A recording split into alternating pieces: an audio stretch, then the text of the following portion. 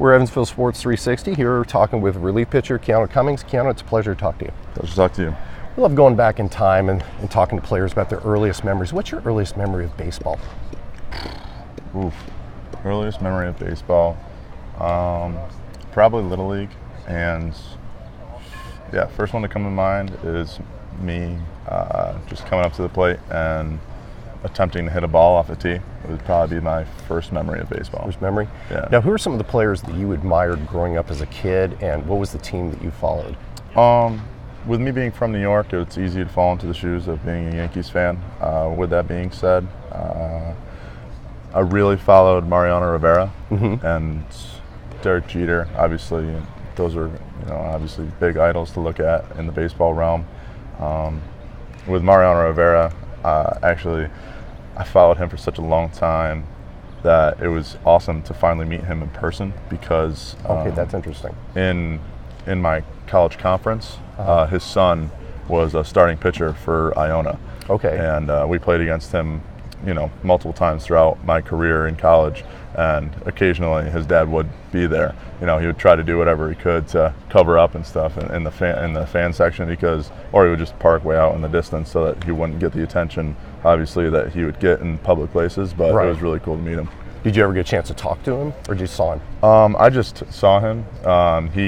He made his exits quick, but it was on occasion I remember one game he actually was there to see his son, and he was just swamped by fans and media in the area. But it was cool just to see kind of the guy that you always have seen on TV for so long in person, and it was an experience.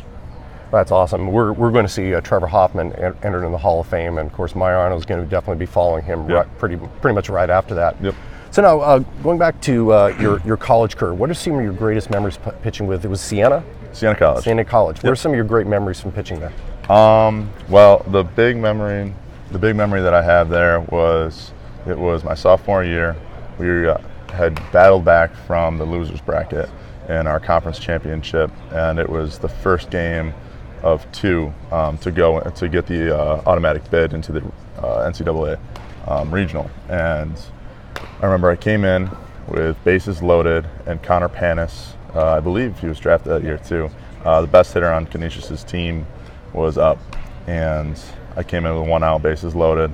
I remember first pitch, it was a low and away fastball that he just ripped towards my second baseman, fielded it cleanly, got my shortstop at second, threw him out at first base, and the wave of just emotion from not only myself but my team as a whole. Yeah, that's my highlight moment of my college career. Now you transitioned into being a pro here. What led you to come to Evansville to pitch here? So my professional career started in the California Winter League. Okay. And I did well enough there to be signed by actually the coach of my team there.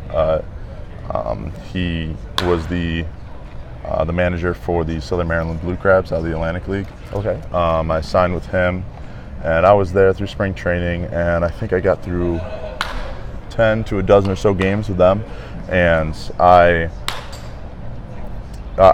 just wasn't living up to the potential that I know I could have been, and it reflected out on the field. And at that moment, he had a great relationship with Andy, and at that time, Andy said that he could use a left-handed reliever. Then I was traded over to here, and I played my season here last year, and obviously I'm back now. But yeah, it was an experience to get through all that. And you won Rookie of the Year too last year. I did. Yeah. I did. Did you? Did they give you an award or a plaque? We got an air show going here as well. Yeah, I guess so. Yes, I got a plaque.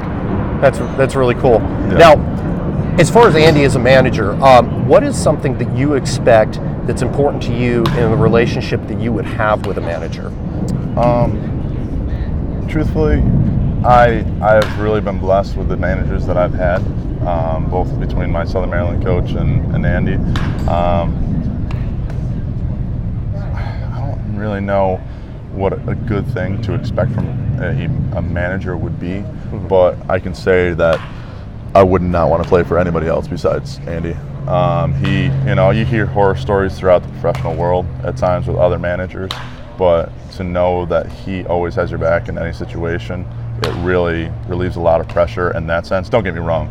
Right. He's my manager, and I need to go out and do my job as a player. Right. But it is phenomenal to know that he has your back in those situations where maybe it was a debatable call on the field with an umpire, or something happening on field or off field. He's got your back, and to have that level of comfort with him is great. And on top of that, he's not the guy who's going to screw you over in the sense of getting out of here. Every guy here his goal is to sign with an affiliated team and move on. And Andy, even though, for instance, our ace pitcher last year, Max Duvall, yes, he was tearing up the league. It would have been awesome to have him here with us throughout the remainder of the season and in playoffs. But Andy knows that he wants bigger, better things for Max. So it was a no decision for him to be able to sign Max away, even though it did impact us on the field. Right. He wants what's best for any of us, and that to know that he's your manager, it's phenomenal. And that's the bottom line, I think, coming and playing here in Evansville, is that you have a team that has your back. Because definitely, Kyano, I know, wants to get to the majors, and I hope that the team that we've written for, the Padres, will send a scout out here and check them out. Kyano, thank you so much for your time. Thank you. God bless. Appreciate it.